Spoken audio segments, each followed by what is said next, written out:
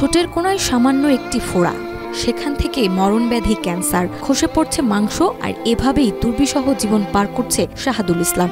মুখ খুলতে পারে না, সবাই ভয়ে আতঙ্ক হয় দেখলে, সবার সাথেই থাকি, শুধু আমার বাবার সাথে যাইতে পারি না আমি কোনো জায়গায়। রংপুরের পীরগাছা উপজেলার অন্তররাম গ্রামের ৫৫ বছর বয়সী শাহাদুল ইসলাম মরণব্যাধি ক্যান্সারে আক্রান্ত হয়ে বেঁচে থাকার জন্য লড়াই করছেন। পেশায় গরু ব্যবসায়ী এই ব্যক্তি ২০২১ সালে ঠোঁটে একটি সামান্য ফোড়ার উদ্ভবের পর থেকেই এখন পর্যন্ত দুর্বিষহ জীবনযাপন করছেন। চিকিৎসার অভাব এবং আর্থিক সংকটে সেই ফোড়া আজ ক্যান্সারে পরিণত হয়েছে। উনি গরু ব্যবসা করতো, গরু ব্যবসা করে আমাদের সংসারটা চালাইতো। ২১ সালে হিরিম করে গালে একটা ফোড়া উঠলো। এই ফোড়াটা ওঠাতে পরে রংপুর নিয়ে গেলাম। নিয়ে যাওয়াতে প্রথম রিপোর্টে ওনার হলো আলসার আসলো। আসার পর তারপরে ফোড়াটা আবার বেশি হয়ে গেল।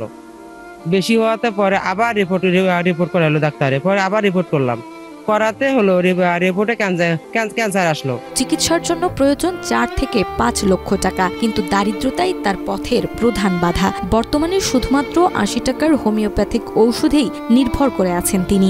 সম্পদের মধ্যে আছে শুধুমাত্র ২% জমি। পরিবারে রয়েছে স্ত্রী লাবণী বেগম, এক বিবাহিত মেয়ে এবং স্কুল পড়ুয়া এক মেয়ে। চিকিৎসা করতে গেলে যাওয়া লাগবে আপনার ঢাকায়। বললাম বলে ঢাকায় নিয়ে গেলে কতটা খরচ পড়বে আমার? ঢাকা নিয়ে গেলে আপনার ম্যাক্সিমাম ৩-৪ লক্ষ টাকা লাগবে। এখন ৩-৪ লক্ষ টাকা আমার তো বাড়ি ভিটে বিক্রি করলে আমি দিতে পারবো না। তুমিও নিয়ে আসি ৮০-৯০ টাকা, ১০০ টাকা যায় কোনো সপ্তাহে, এইভাবে নিয়ে আসি। এদিকে শাহাদুল ইসলামের স্ত্রী লাবণী বেগম আনসারের ডিউটি ও অন্যের বাড়িতে কাজ করে যা পান তা দিয়ে কষ্ট করে চালানো সংসার। স্বামীর চিকিৎসা বা ন্যূনতম ভালো খাবার খাওয়ানো তার জন্য দুর্বোধ্য ব্যাপার। লাবণী আফসোস করে বলেন, বর্তমানে কোনো কাজ নেই তার হাতে, কিভাবে চলবে তাও তিনি জানেন না। কষ্ট দুঃখ করে আমি সংসার চালাবার লাগছি।